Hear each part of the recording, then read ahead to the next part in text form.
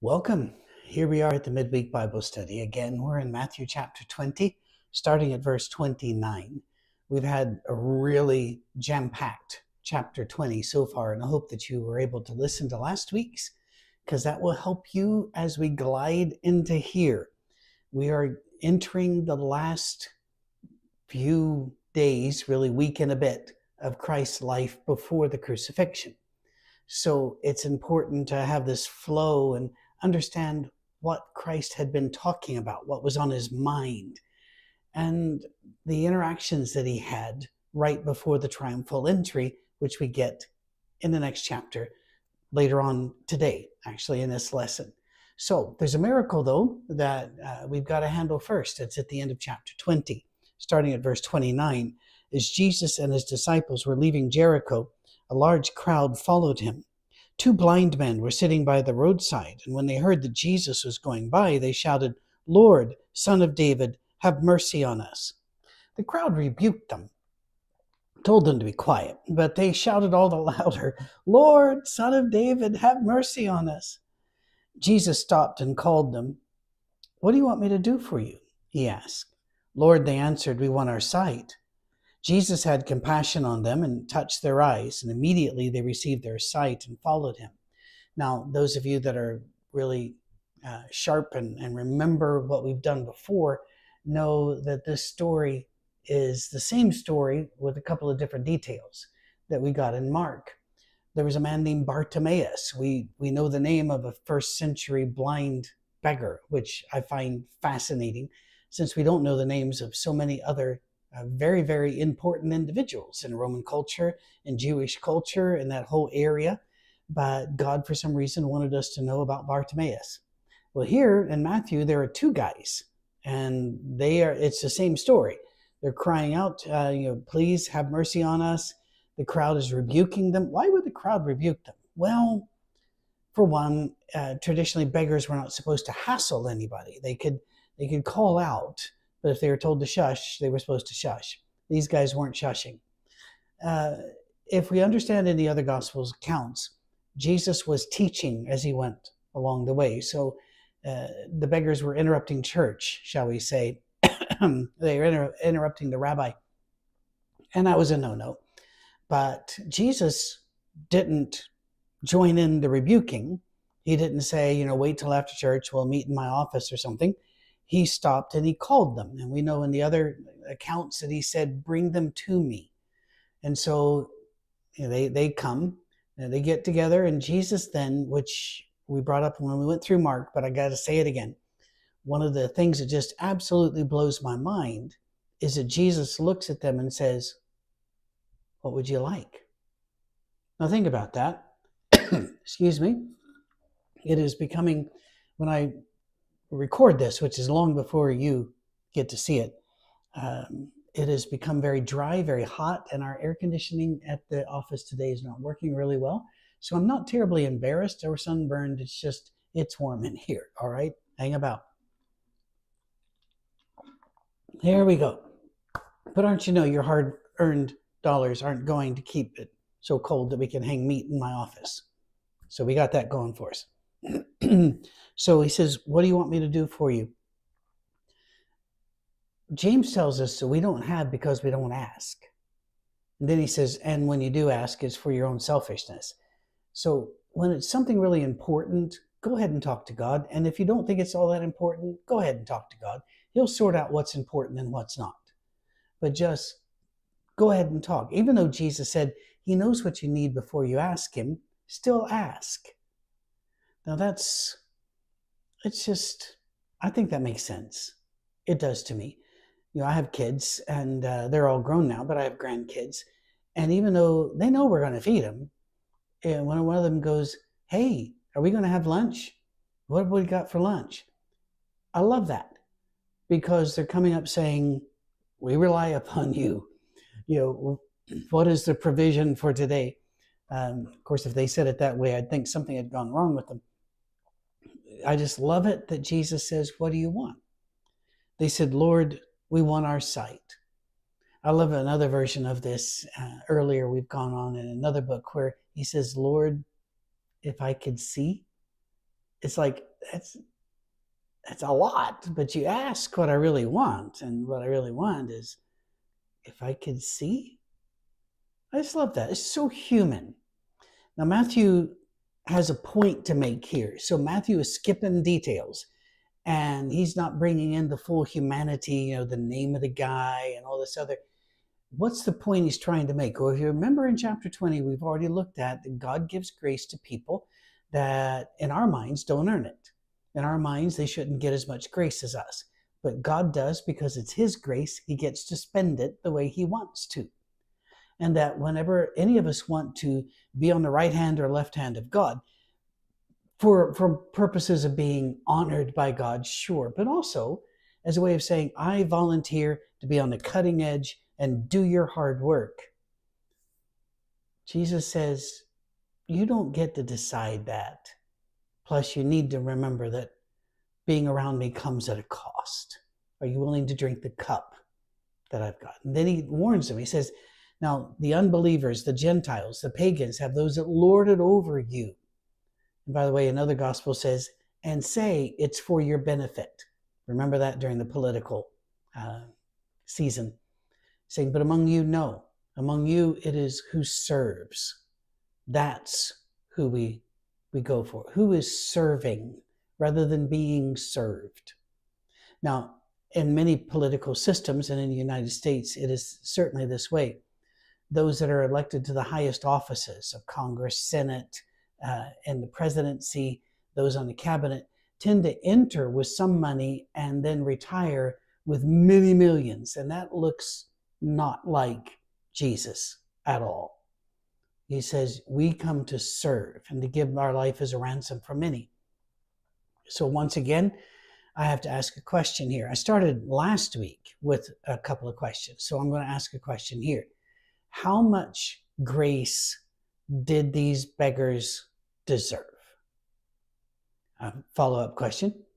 What did they do that made them worthy of stopping Jesus from doing what he was doing and giving them their eyesight? What was it in their lives? What great work had they done? What sacrifice had they made? What was the pattern of their life, their family?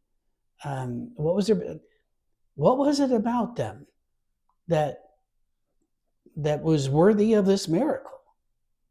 And the answer is, we don't know of anything. Not a thing. Just like those who worked for 1 hour versus 11 hours or 12 hours got the same pay. And we look around going, but they don't deserve as much as us. It's not us that decides that. It's God that decides that. A little humility is in order, but a huge amount of praise. Because once again, our God will stop and listen to a beggar. And as far as we can tell, the beggar did not deserve or earn, or there's no transaction here. God just gave. Well, then that means it's a really good God we've got here.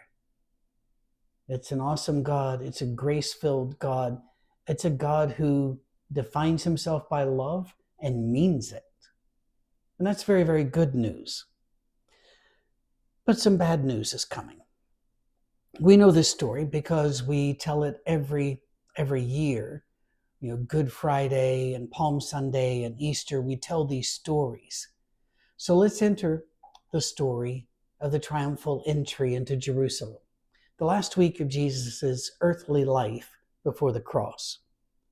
In chapter 21, as they approached Jerusalem and came to Bethany on the Mount of Olives, Jesus sent 2 disciples, saying to them, go to the village ahead of you, and at once you'll find a donkey tied there with her colt by her. Untie them and bring them to me. If anyone says anything to you, tell them that the Lord needs them, and he will send them right away. Now, I've actually had atheist friends of mine, and I have atheist friends, and so, and I respect them and love them. But one of the worst arguments I had, an atheist said, look at this. He told them to go and purloin, steal these animals. No, whoever had the animals already knew God and already knew Jesus, because he said, if anybody does stop you, just say the Lord needs them and they will let them go. So this was set up ahead of time. How? Why? We want details. Come on. What's the guy's name? What are the names of the donkey and the colt? And how tall were they? And did they have pretty eyes? No, we don't get the details here, because that's not the point.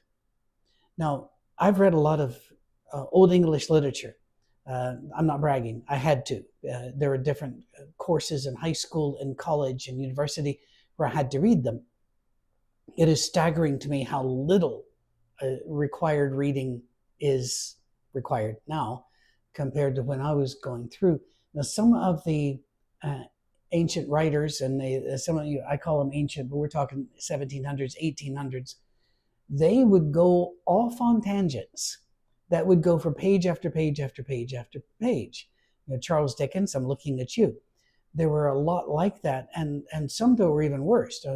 Worse, whenever you're done reading a novel by Proust, I defy you to tell me what happened and why it was written. It is just one meandering thing that hits other meandering things. The Bible's not like that. What is written, papyrus was super expensive, and therefore you didn't put extra words down unless you really needed them. Now, for those of you that are going, aha, but what about like the list that goes for chapters and Chronicles? They needed that. They needed to reform their identity. They were in Babylon, about to return to their land. They needed to know, what land went where, what their history was. So that was desperately important for them. And they didn't spice it up with stories because they had room for the list. So here you're not going to get the details we would like. And so Hollywood makes movies about these, and they always do a terrible job. Some newer works like The Chosen are working a lot harder to be more accurate. Here, just know we don't get the details, but it's obvious that this was known ahead of time, and Jesus was not stealing these animals. This took place to fulfill what was spoken through the prophet. Say to the daughter of Zion, see, your king comes to you, gentle and riding on a donkey, on a colt, the foal of a donkey. Now that was from Isaiah 62. 62? Yeah, Isaiah 62, verse 11. Let's just be honest. In America, you think of donkeys as a comical beast of burden. You don't look upon them as something a wealthy person or a powerful person would ride. Now, of course, we know that in other areas, let's say in Southeast Asia or the like, having a donkey is a huge help to help you get over the mountains and ford the shallow rivers and the like. But, it doesn't look regal. You're riding on a big war horse. That would be, and we get that, by the way, in the book of Revelation. We get that, Jesus on this big horse. Why would your king come riding on a donkey? Well, there is actually a tradition about this, and we find it in Old Testament stories. We also find it elsewhere. And that is when a king conquered a new area. If he came in as conqueror, he would ride the horse. He was ready for war. If he came as, I have come to take care of my people, he came gentle on a donkey. And our king comes to us not in war, but gently. So that's why this prophecy was made, and Jesus here fulfills that prophecy.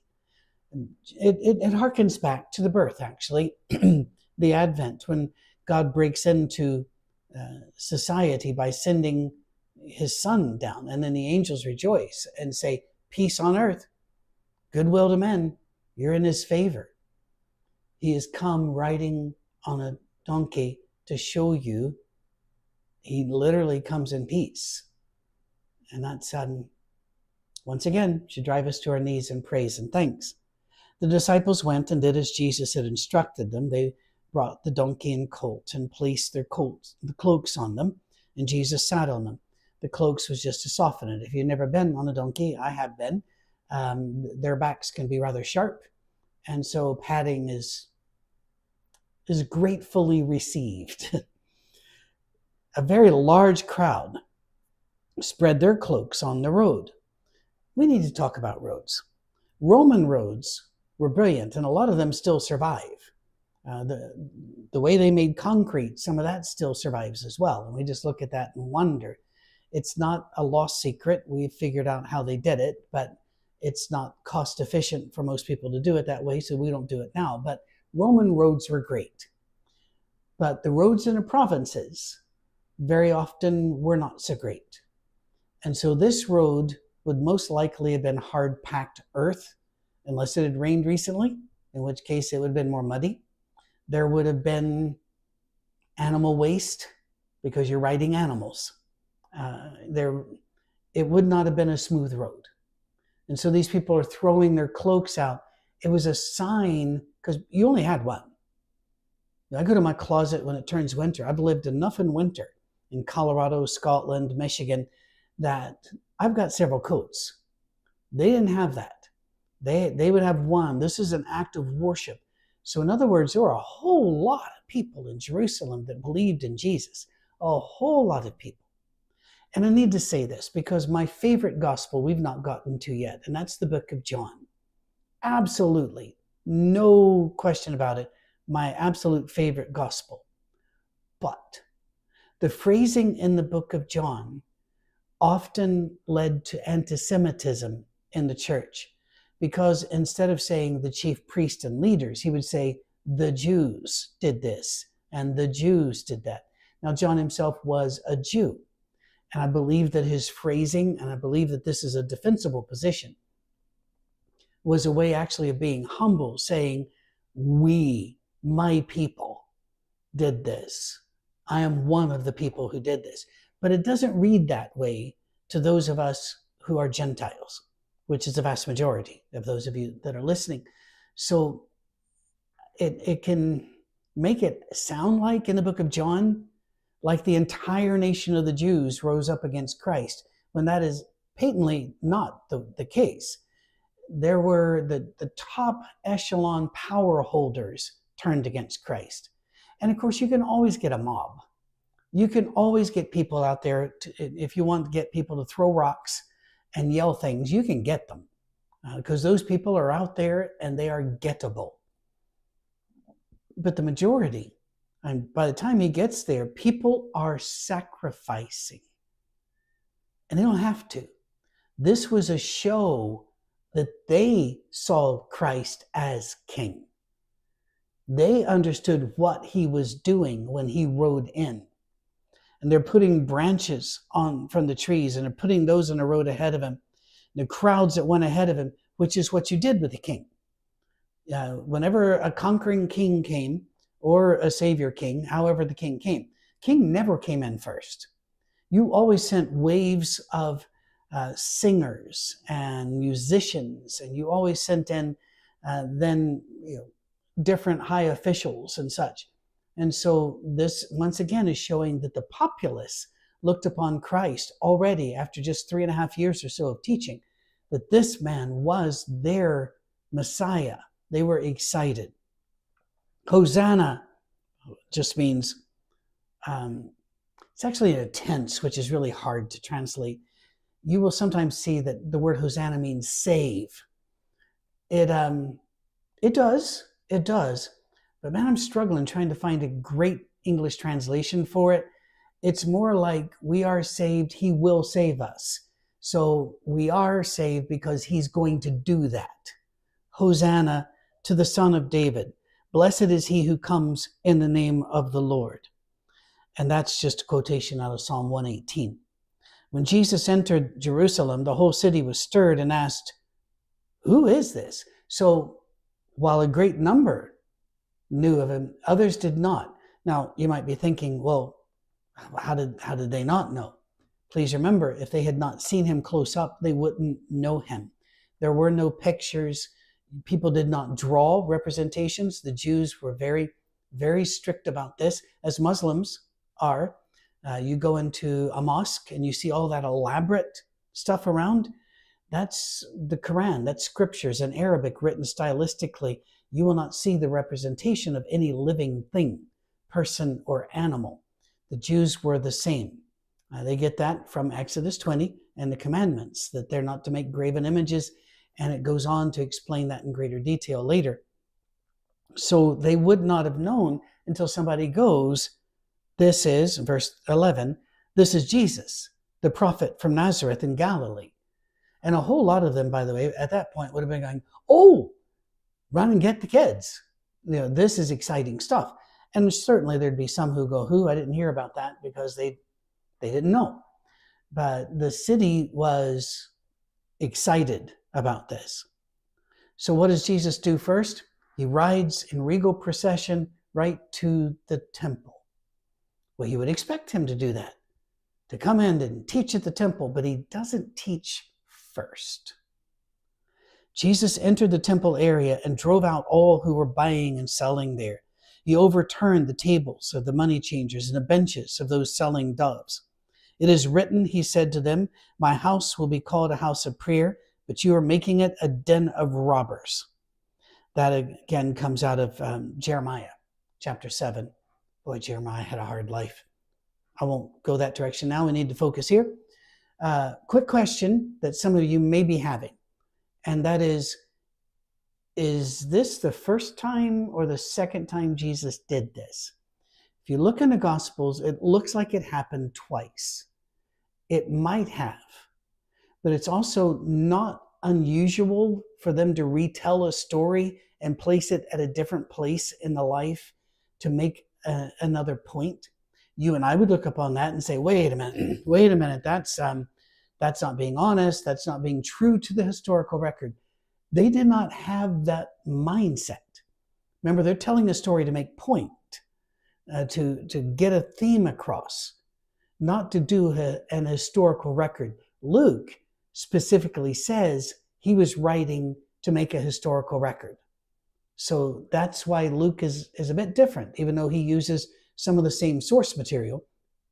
He actually interviews people. That's why he can tell you what Mary was thinking at certain times.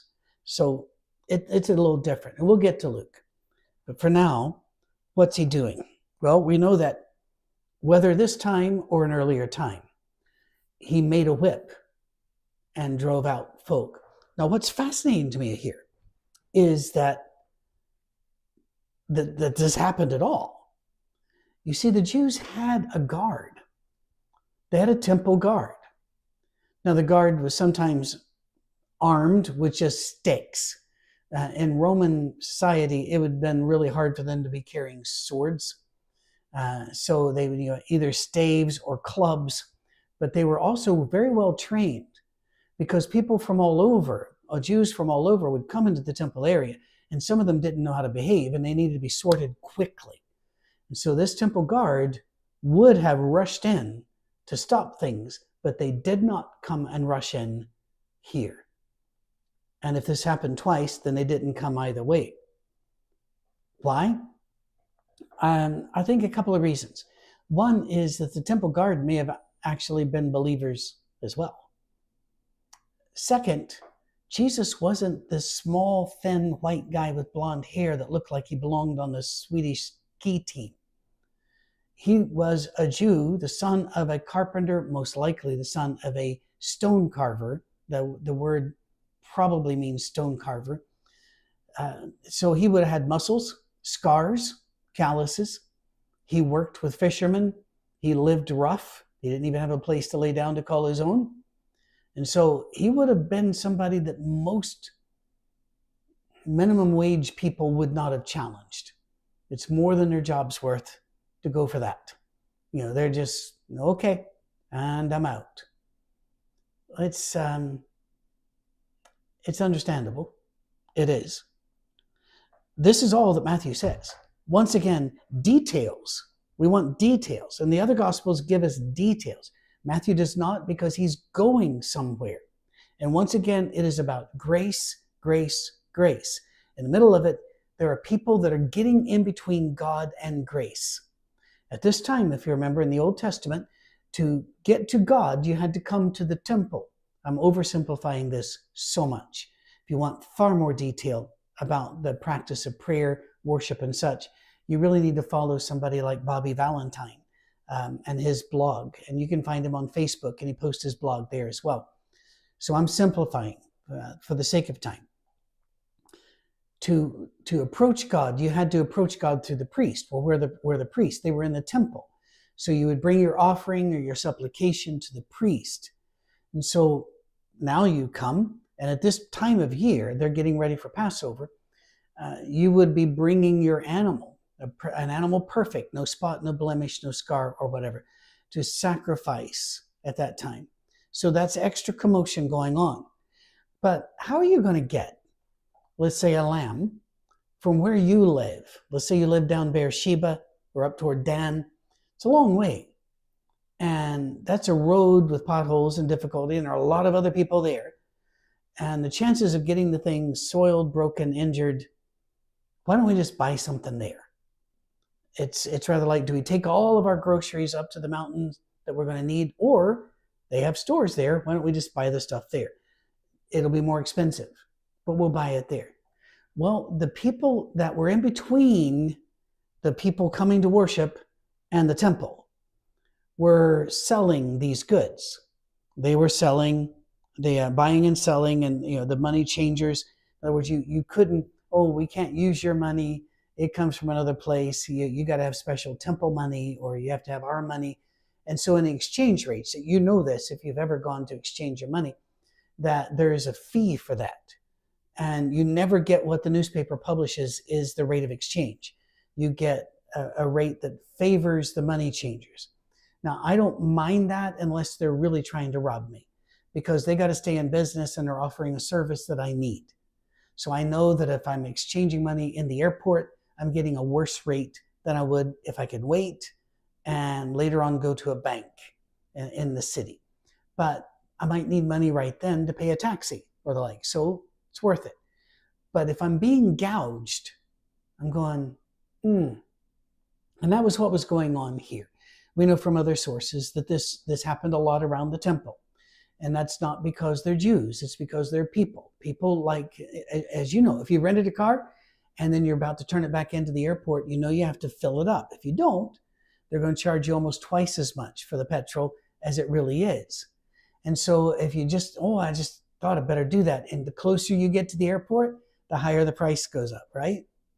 Well, this was becoming onerous. It was too much. And the Jews had very strict laws that you were not to take advantage of your brothers. You were not to loan them money at interest, for example. You were not to gouge them. And these people were gouging them. Here, you want to approach God, you got to have a sacrifice. You got to have a sacrifice. Let's exchange your money. Now that we've done that and gotten the profit, now let us sell you an overpriced animal for sacrifice. They were getting in between God and the people who are coming for grace and forgiveness. Sadly, church leaders do that. Sadly, governments can do that. They can say, so you want a salvation? If you do, just sign this document that you believe these 40 things, these 39 things, these whatever. And we're going to need assurances that you're giving a tithe to us. And we're going to need a certain amount of volunteer hours out of you. And you're going to need to make sure that you're here. Just, you know what it's like. I know what it's like. I've been there. We're going to trust God.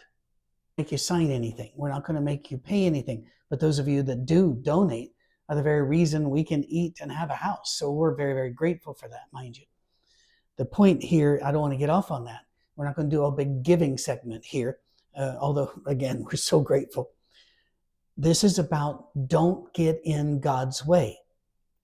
And remember, I'll pay people what I want to pay people, God says. I'll give grace even if you don't think they earned it. It's all a big meta theme here. And I fear that we miss this because we look upon each of these stories as discrete units and we move on and park what we just saw. Don't do that. Once these gates are opened up, what happens? The blind and lame came to him at the temple, and he healed them. Well, that's good news, isn't it? I mean, wouldn't we really rejoice if somebody just walked into the hospital and went from room to room, healed, healed, healed, and not a fake healing, a real healing? It's just, would we not praise that? Gotta tell you, not everybody would. If it removes people from power, let's say these people that are healed now go, wait a minute, this guy was good to me. I'm going to go follow him, and they don't come to my church anymore. Or they don't buy the vitamins that I'm selling at a ridiculous price. Or they don't, if I'm losing power, I'm not happy about this. And guess what happens? In the middle of all this rejoicing, the chief priests and the teachers of the law saw the wonderful things he did, and the children shouting in the temple area, Hosanna to the Son of David. They were indignant. You're threatening our power. You're not going to vote for us. You're not going to give us your tax money. You're not going to keep us in power and fancy robes and special treatment. So they storm over to Jesus. Do you hear what these children are saying? They ask him. Jesus replied, yes. And then he goes on. I guarantee you there was a pause there for them to gasp and humph, and to each other. And then he goes, oh, maybe you haven't read the scripture. Who's he talking to? He's talking to the chief priest and the teachers of the law. And I love this. I just love this. He goes, oh, maybe you haven't read. And then he quotes out of Psalm 8, verse 2. See, you don't even have to go far in the Psalms, just to 8. You don't have to go to all 150, or they actually had a few more than 150. If you don't know, if that terrifies you, just send me a question about it. info@oursafeharbor.com. I'll direct you to the answer. He said, haven't you read? From the lips of children and infants, you have ordained praise. And then he left them, went out of the city to Bethany, where he spent the night. And that's where we're going to call an end to today's lesson. He's going to keep coming back in, and this is the last week of Jesus' life before the cross. Lots going to be packed into these 7 days. And because this is Matthew brings in a couple of things that the others do not, at least not nearly in such detail. Chapters 23, 24, and 25 are going to be quite the trip. So you might want to steel yourself for that, although we're not going to get there today or next week. I hope you're enjoying this. If you are, please share it. Please make sure you're subscribed. Hit the like button, hit the bell button. That allows Google. Doesn't allow Google. It helps the algorithm push us up so that if somebody is going, I want to know more about Jesus, Google might actually give them our name. But that's all dependent upon how many subscribers we have, how many likes, and hitting the bell. And so that's why we're asking you to do this. We don't get any extra money. We don't get any money at all. This is a way of getting the story of Jesus out there. We don't want anything to stand between anybody and grace. Thank you for all your help, your love, your prayers. God bless you. We'll see you next week then, right? Cheers.